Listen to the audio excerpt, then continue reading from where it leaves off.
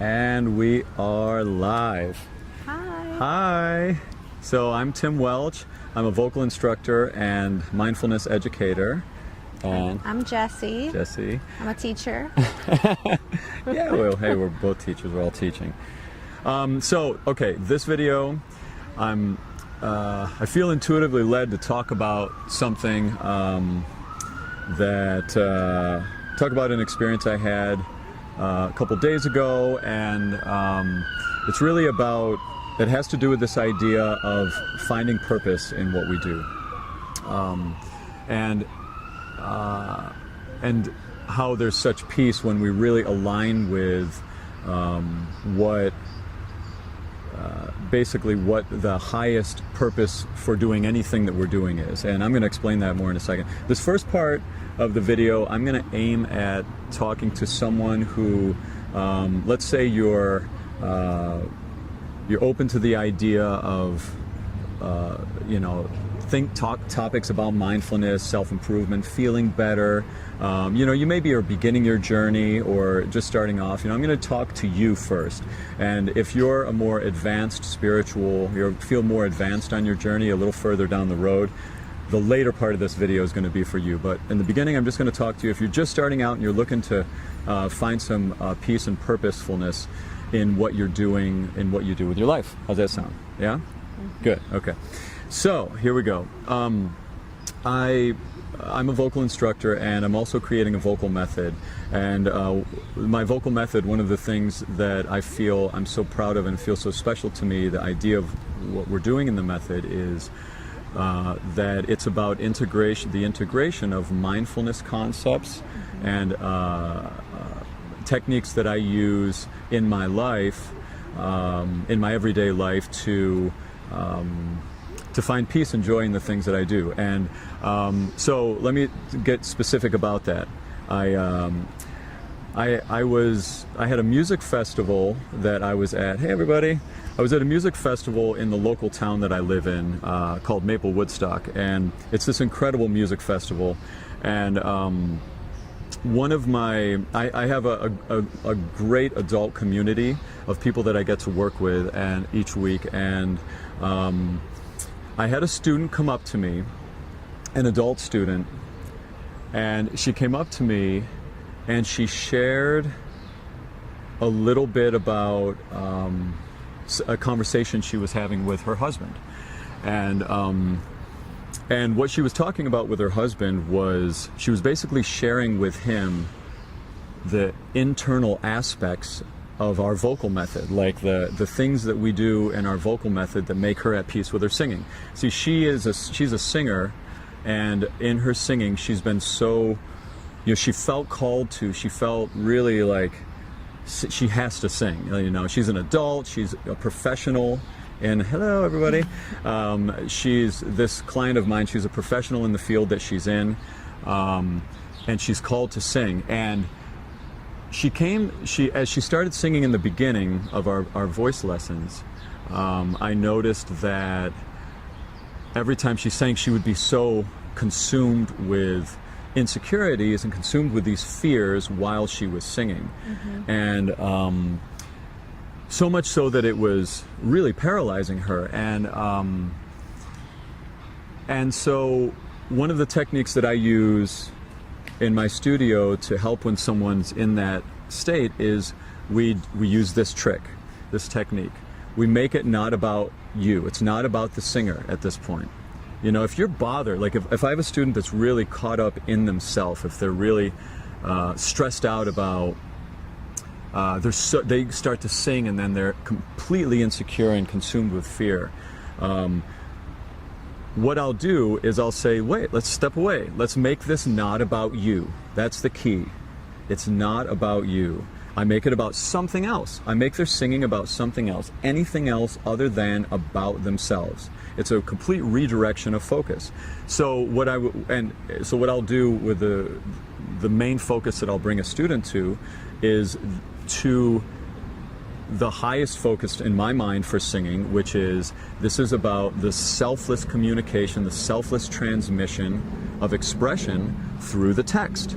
So this adult student of mine who was so consumed with fear in her singing in a voice lesson, once I said, "This isn't about you." Hi, Leslie. Hi. Once I said, "This isn't about you, this is about sharing the expression through you. This is about you being a conduit for singing. It's not about you being good at singing. Get out of your head. Focus on the expression." And it was instantly, as soon as I said those words, it was like the fear and the tension in her body just kind of, oh, this isn't about me. This isn't about me being good at this. This is just about me focusing on that. And just the more I get out of my way, the better I'll be at it. And she had such a profound release. Tears. I was a little weepy, you know, whenever anybody has a big sort of breakthrough in their, in unlocking anything internal or aha moment, I guess, as Oprah would say. Anytime anyone has anything like that, I get mushy. I can't help it. And so in this lesson, she was really open and peaceful. This was maybe 6 weeks ago. And since that shift, this student has more and more and more and more just released into herself. She's stepping into confidence. She's no longer riddled by this fear of, can I do this? Can I do this?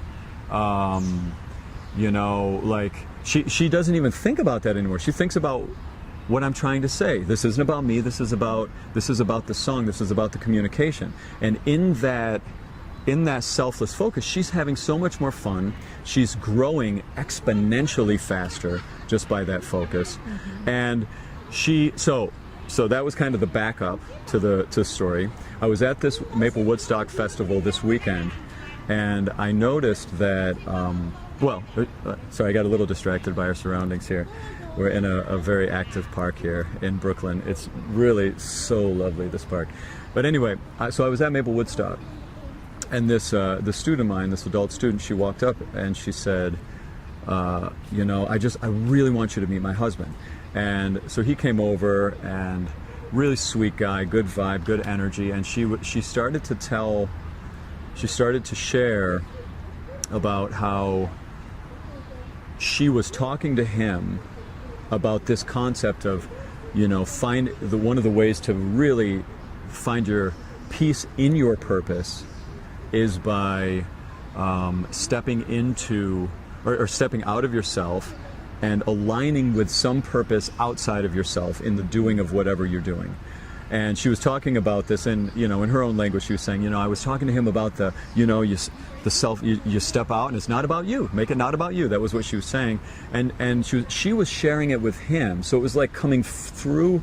It came into me, then through me to her, through her to him, and he's thinking now about starting his own business and giving himself permission to do that. And when she was sharing, like, just, it's not about you. Don't make this about you. It's about you helping others. And, you know, because his business is a business that's about helping others. And it's sort of a fitness-based context. And he was talking to me about this concept. And I got goosebumps as soon as she was talking to me. And I just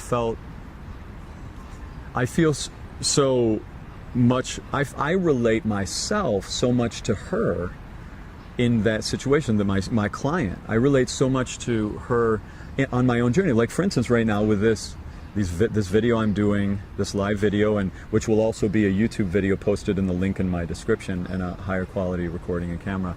From me doing this very thing, Jessie say. Is that what she's saying? Leslie. Hi, Leslie. Hi, Leslie. Yeah, like my feeling about doing this, in the past, I was having some awkwardness with my interaction with social media. I was feeling like I was having a hard time sharing, because sometimes when I was sharing, I felt like it became about me. And I didn't have a clear idea about what my purpose for sharing was. I didn't have something outside of Tim, because it felt like it was Tim. It felt Tim, you know, Tim focused. Mm-hmm. And lately, I have so much peace and clarity in doing these live videos. I have so much peace and clarity in this Selfless Awakening channel that I'm doing. And in walking through the uncomfortableness of being on camera, because then I'm thinking, oh, does my hair look funny? Do I look silly? You know, is what I'm saying fluently communicating? Am I rambling too much? Is this making sense? You know, there's a lot of things to walk through. Your hair looks for me. great. Oh, my hair looks great. Mm-hmm. Thank you.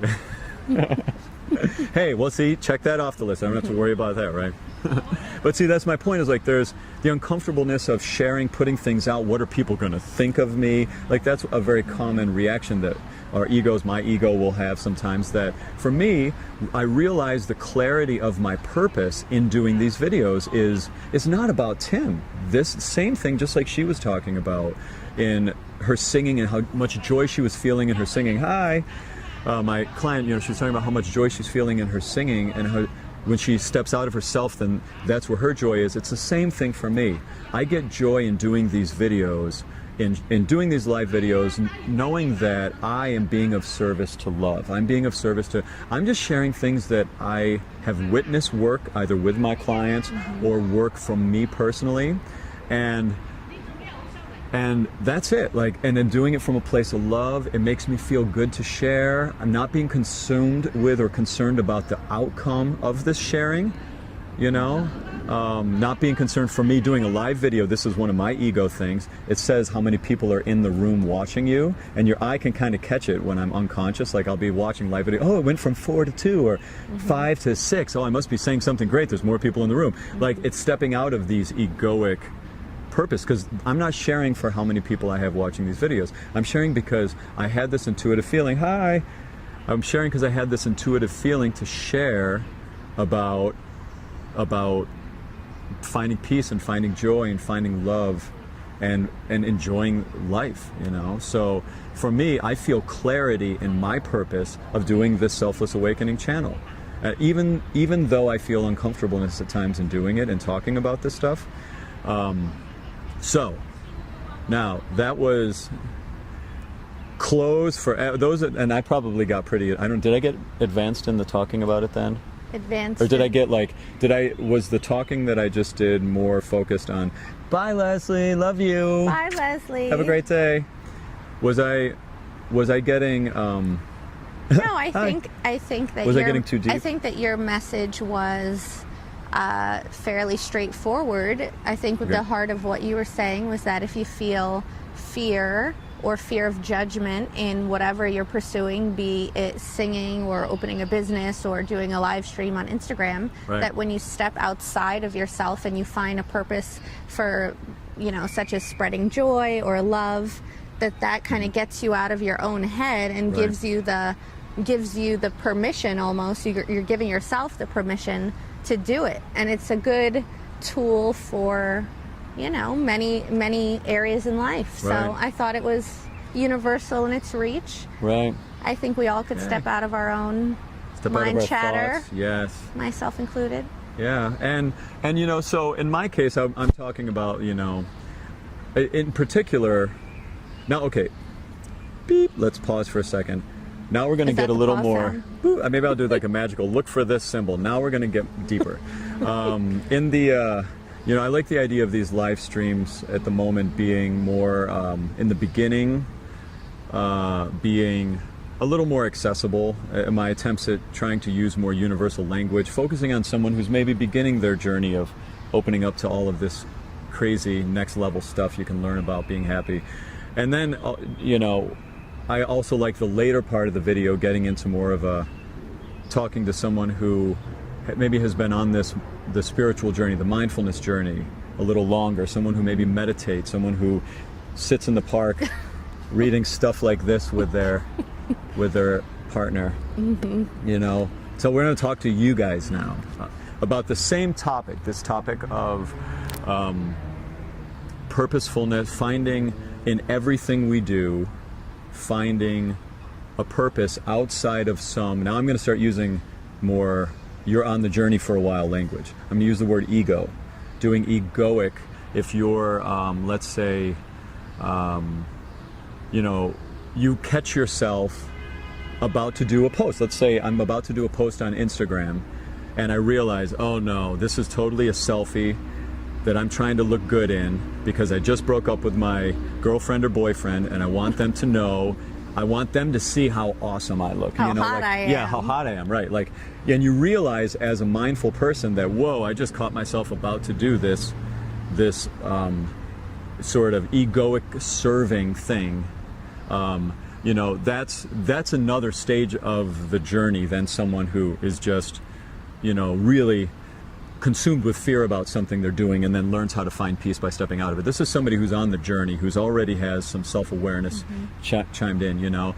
And to that person, if you're at a place where you're already self-aware and you're developing self-awareness, you know, you have a practice of stepping outside of yourself, you have a practice of witnessing your patterns that you're in, then you're at a whole nother level of being able to use this information of stepping outside of yourself and finding a purpose. Because you're at the place where now you can start using intuitive guidance to find the purpose and also to align with the highest vibrating purpose for everything you're doing. Because there is a great release in just doing anything outside for a purpose outside of yourself. Frankly, you have something to say? Well, I think just to add in, I'm a student of A Course in Miracles, and in A Course in Miracles, one of the big questions that it suggests that you continually ask is, what is this for?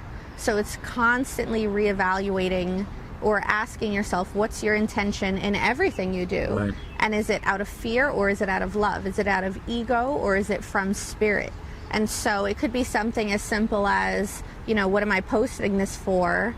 Or it could be something bigger, like what you were talking about. Why am I starting this business? And I think of even, you know, someone who I love to watch on YouTube, Tom Bilyeu, who he's one of the founders of Quest Bar.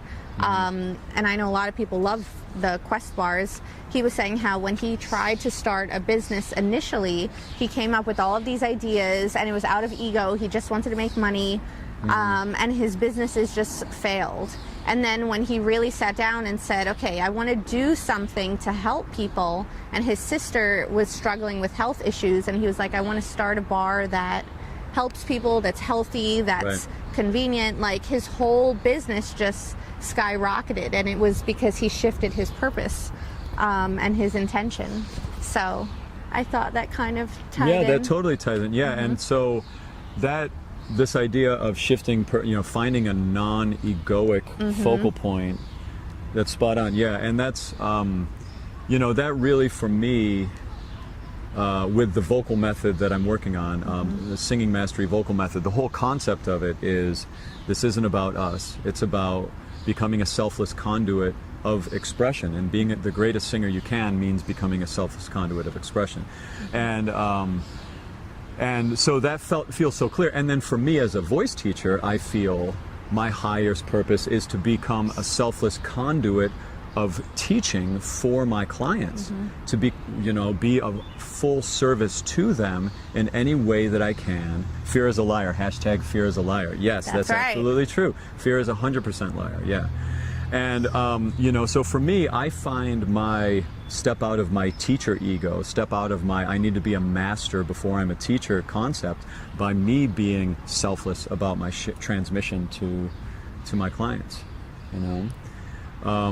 And there's also something else that popped into my mind to say. Do you have anything else to add on at that point? No, I'm just listening and enjoying. There's enjoying. I like that. I am. There's one other thing I wanted to say in that. So once we realize that there is this joy in simply stepping outside of ourselves and aiming at some other purpose other than us. So that simply is a release. Whether you have the right purpose or not, there's a release, and it's not about me, it's about something else, There's a joy in that. However, now the next step, the next sort of deeper along on the journey, the next metaphysical nugget in the whole thing is this idea of what's the highest purpose for doing anything? What is the most high vibrating thing? What is the most high vibrating intention we can vibrate from in the doing of anything, really? And this is what I feel. This is where another Course in Miracles question, which I want to say something funny about that after this. But the Course in Miracles question is, what would love have me do? Well, not those words exactly, but yes. Yeah. Yes. What would... What are they? Do you know the exact words? Well, I think you're paraphrasing a much Yeah. larger chunk Which of the is the text, best which way, is I think, choosing love, right? How do you choose love over fear, right? Yes. And you just framed it in question form. Right. Thank you. Yeah. So what would love have me do? Right. And that question, at the decision-making process of anything, that question can be inserted in, and even just the meditation for a minute on that gets us to a higher vibrating state of being to make a decision from. Okay? It gets us to a higher vibrating place to make the decision from. So, for instance, let's say, it can even be on, let's say, what's a seemingly small daily thing that may happen in your life. Like I'll give you an example in my life. Let's say I wake up. It's Wednesday morning. I start with clients at 9 o'clock, and I realize at 7:30 I wake up, and I realize, I don't have any groceries. My daughter is going to be hungry at 5 o'clock when I'm done teaching, and I've got an hour and a half, and I know that it takes me about an hour and a half in the morning to really get to a place of feeling completely like chimed into the universe, gooey, present for my clients. It takes me some time to do that, and I'm thinking, do I go to the store for my daughter? Do I run to the store quickly and get stuff for my daughter? Or do I sit here and take my time to meditate and find some other time to get food for later? In that situation, what's the higher vibrating choice for me? Well, I could go to the store to get food for my daughter. That's a choice. Now, I'm not going to meditate, so I'm going to be a little frantic running around. Is that the higher vibrating thing? Or for me in this case, is it the higher vibrating thing to get to a peaceful place and go shopping with my daughter to the grocery store later, even though she may not enjoy that as much? For me, the higher vibrating choice at that moment is to be of service to my clients. It feels more loving to sit down and be peaceful and get peacefully charged before seeing my clients than to go shopping. And I very well could be wrong, maybe the higher vibrating thing was to go get the groceries for my daughter. And at that moment, it felt to me like the more loving choice was to make that choice. We're not going to always make we're not going to always make that choice, the choice that's most out of love. But simply in our attempt to do the most loving thing. And to add on, I would say sometimes the higher vibrating choice is not something that your mind is even going to agree with. Right. If you're really meditating and praying on something, often it's usually a bigger issue than whether you're going to go to the store now or later. Yes. Often it's not what your mind is even going to tell you. Like, your mind is going to usually go to fear, and then what your heart is going to tell you is going to be like, give the money even though you don't have it, or yes, go talk to that person even though they did something horrible to you. Like, often it's not even going to come from your mind. It's going to be something that almost shocks your mind, I think. Right. Oh, couple comments here. Yes, we have a comment from Raven Love One. He who has a why can endure anyhow. That's beautiful, from Nietzsche. He who has a why can endure anyhow. And that's so true. If you have a good why, if you have the highest vibrating why that you feel you can come to, your how will be so much easier. A Course in Miracles says once you have the what is it for answered, the sort of the God will pull you through. Like, you'll make it through once you have the why. Yes. We have we have a question here. How do you get through the hard times and trusting yourself to make the right decision? That's a good question. Great question. So, right, this ties exactly into this decision-making thing that we're coming to, of making the choice out of love, of making the highest vibrating choice, and trusting. The thing about trust, the ego, I believe, will have a tendency to want to hijack and second guess your choices. The ego will try to overthink things. It'll try to complicate things, to dismantle the clarity, And my feeling is that any choice we make with the intention, if we ask ourselves, what would love have me do? What is the highest vibrating thing here? How can I be the most loving in this choice? To do anything, whatever we come up with, we're going to be better off than any other motive that we're shooting for, you know? Like, if we really ask ourselves, what does the universe want of me here? How can I be most purposeful here to others? How can I be most helping to others? Anytime that we turn our focus in that direction, we can trust.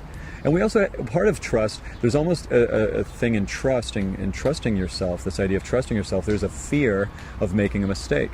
No such thing as making a mistake, and I believe, you know. If we aim for what would love have us do and we're wrong, what are you going to do? You did the best you could, and there has to be an acceptance of that. I think also for me, it's about like entrusting myself. I know that I'm coming from a place of love if it aligns with like forgiving someone, extending love, giving, you know, making that choice that I'm afraid, like stepping out of my comfort zone, taking responsibility, like asking myself, what did I do to contribute to this conflict, when my mind is saying, it's all his fault, it's all his fault. So it's like once I got in the habit of listening to that voice and learning what that voice of my spirit sounds like, which is always the more forgiving, gentler, calmer, loving voice, then it's easier to hear the voice of fear and to trust that voice, because it always sounds like love. It always sounds like, no, text that person even though you don't want to, you know, go on that interview even though it's scary, like, you know, like, so it's like you become familiar with what the feeling tone of that voice, so that when you hear it, you're like, oh yeah, bingo. And sometimes too, it's stopping. Like if there is an clarity, you know, and you're in a hard time and you're really making a major decision and you're feeling fear and you're identified with the fear inside of yourself and you don't know how to trust yourself, and you kind of have this feeling that the right thing to do is this, but you don't have enough courage, and you don't want to go that way, but you don't think you're ready to go this way, and you feel like you're just unsure. In that moment, my what I do for myself and what I encourage is this idea of sitting. And sometimes what love would have me do is to stop and not make a decision. Wait.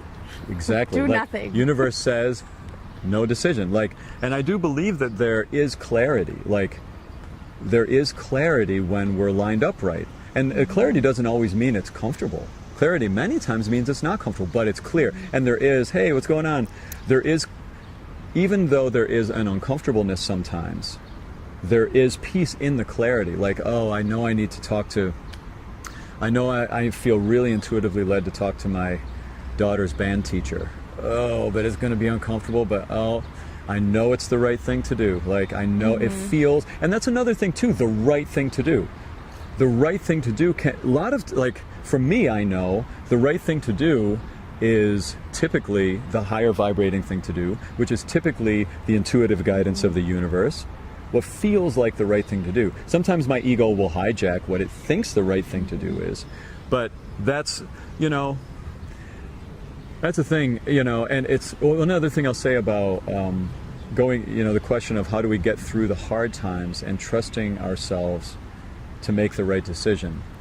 One thing I'll say about that, because there is an insinuation of a hard time being had there, and my feeling about making decisions in hard times is really, before any decision is made, to really focus on your state of being and getting your own internal world into a place of peacefulness before you go make a major decision, you know? And that's really the name of the game, is like shift inside, look at things from a place of detachment, from a place of understanding, give any hard time space to be, allow yourself to look at it from a different vibrational frequency, you know? That's the key to, that's the first thing about stepping out of hard times. And then I believe at that moment that you've stepped out and you're able to put space around the hard time, from that perspective, from that bird's eye view, the hard time doesn't look quite the same. And sometimes you even notice that from detaching and stepping into your true self, your true awareness, your hard time is not a hard time anymore at all. You thought it was a hard time, but it wasn't even a hard time at all, you know? Yay. I'm glad that helped. Thank you. Great. So, now, I don't know, is there anything else? Are there any, we're about to close out this experience here. I think that's a good time to stop.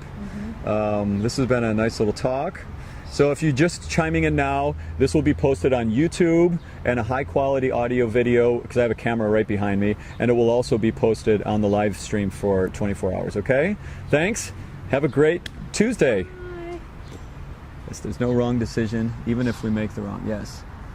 Oh, thank you so much. Sending love to you all. Have a beautiful day.